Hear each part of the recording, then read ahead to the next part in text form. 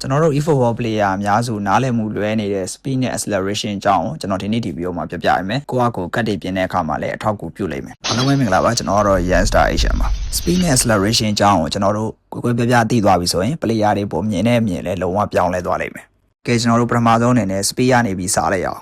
speed ဆိုတာရှင်းပါတယ်ကားတဲ့ဆိုင်ကယ်တွေမှာပါတယ်လို့မျိုးအမြင့်ဆုံးခီးရအောင်ပြောတာပါပိုပြီးနားလဲလွယ်အောင်ပြောရရင်ဘောလုံးမပါပဲပြေးတဲ့အခါဘယ်လောက်ထိမြန်လဲဆိုတာကိုပြောတာပါ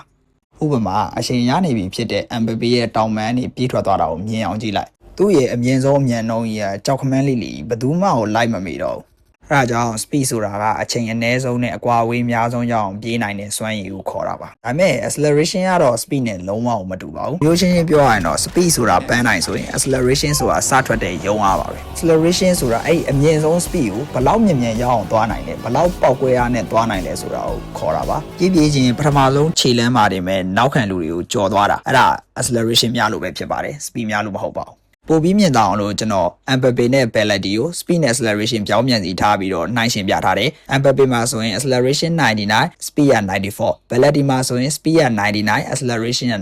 94 Mbappé ကိုကြည့်လိုက်ပါစစချင်းတော့ Mbappé ရဲ့ပေါက်ကွဲအားကြီးကမြန်နေမယ်ဒါပေမဲ့ပန်းနိုင်ရောက်ဖို့တော့နည်းနည်းကြာမယ် Belletti ကိုကြည့်လိုက်ပါစစချင်းတော့နှေးနေလိမ့်မယ်ဒါပေမဲ့ပန်းနိုင်ရောက်တဲ့အခါ Mbappé တက်ပိုပြီးမြန်မြန်ရောက်နိုင်ပါတယ်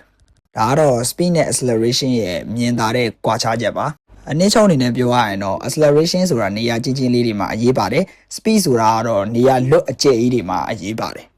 အဲ့တော့ကိုယ့်ရဲ့ player ကိုမြန်မြန်ပြေးထွက်ခြင်းလဲဆိုရင် speed တွေကြီးဇွတ်တင်လို့မရဘူးအဲ့လိုပဲ acceleration နေကြီးလဲဇွတ်တင်လို့မရဘူး speed နဲ့ acceleration ကိုမျှတင်ပါအဲ့ဒါဆိုရင်ကိုယ့်ရဲ့တိုက်စစ်မှုကပိုပြီးပြေးထွက်ပြီးပိုပြီးကျန်းလာပါလိမ့်မယ်